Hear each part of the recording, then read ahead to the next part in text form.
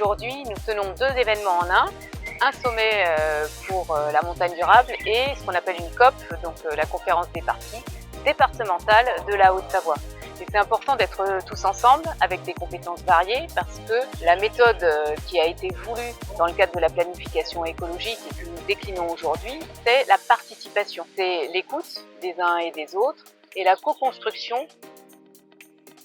On le sait, les éléments qui sont liés à la transition ne se passeront pas sans remise en question d'un certain nombre de choses, comme un certain nombre de comportements individuels.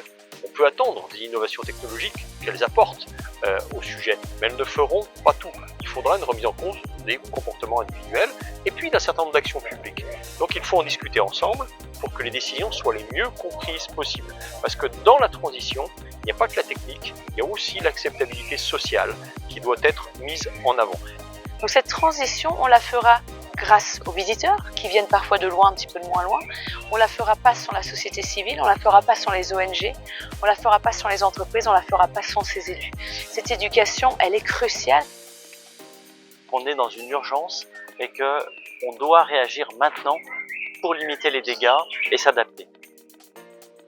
Je crois qu'aujourd'hui, on est à l'heure où on va devoir vraiment agir concrètement sur les territoires, faire des tests. Il y a des choses qui marcheront, d'autres qui ne marcheront pas, mais en tous les cas, il faut essayer. Donc les phases d'action sont assez faciles à écrire. Elles nécessitent néanmoins la collaboration de différentes strates territoriales et l'appui évidemment des acteurs économiques et associatifs.